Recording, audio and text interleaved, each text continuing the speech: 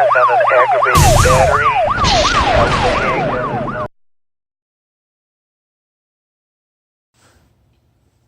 How you doing, everybody? And thanks for watching. This is George here again at Wicked Warnings here with a couple of twins, brand new Ford Explorers for our good friends over at TEG.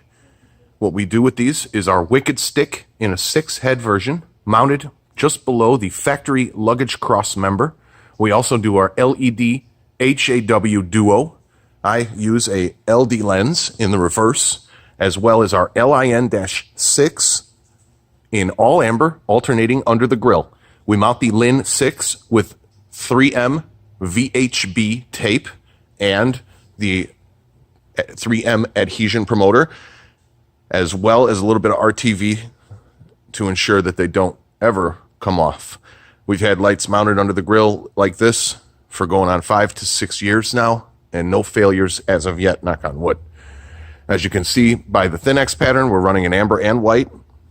We're running all amber on the 4 corners. We've done this build for TEG numerous times. This is just the most recent set of twins.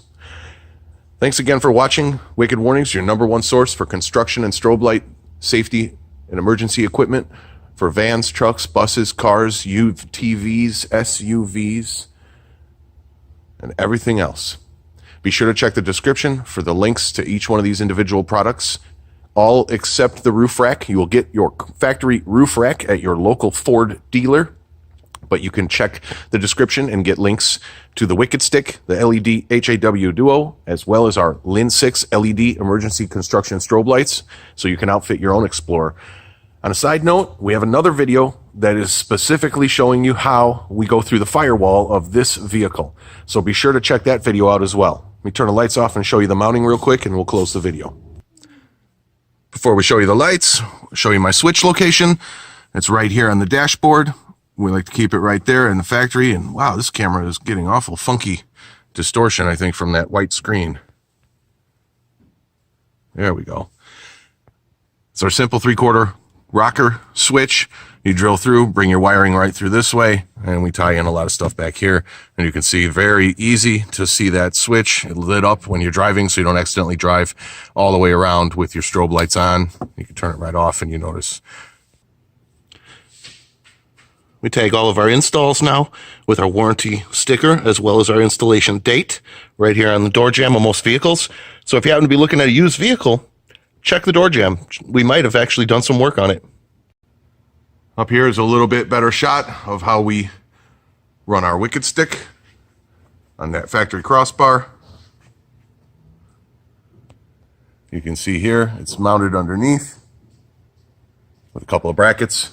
It sits right at roof level and does a phenomenal job of rear warning, as you already saw.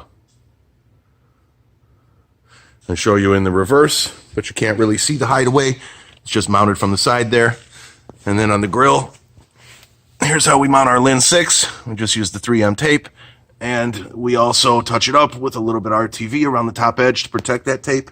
Use the adhesion promoter, use a quality 3M VHB automotive grade high heat tape, and won't have any problem. It's the same tape that holds the bumpers on Lamborghinis and Ferraris and such, so I think it can hold this little light just fine.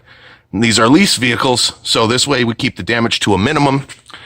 We also run that wire for the Wicked Stick down and through the factory boot for the power lift gate right here, so we don't have any damage if we want to remove the Wicked Stick and the roof rack for the lease turn-in. Thanks again for watching. This is George at Wicked Warnings. Give us a like and a subscribe. Make sure you share us on your social media, and look for that video about the firewall on these Explorers if you happen to want to be putting a stereo or any kind of other accessories into your Explorer. I'll show you where to drill and make it easy to go through the firewall.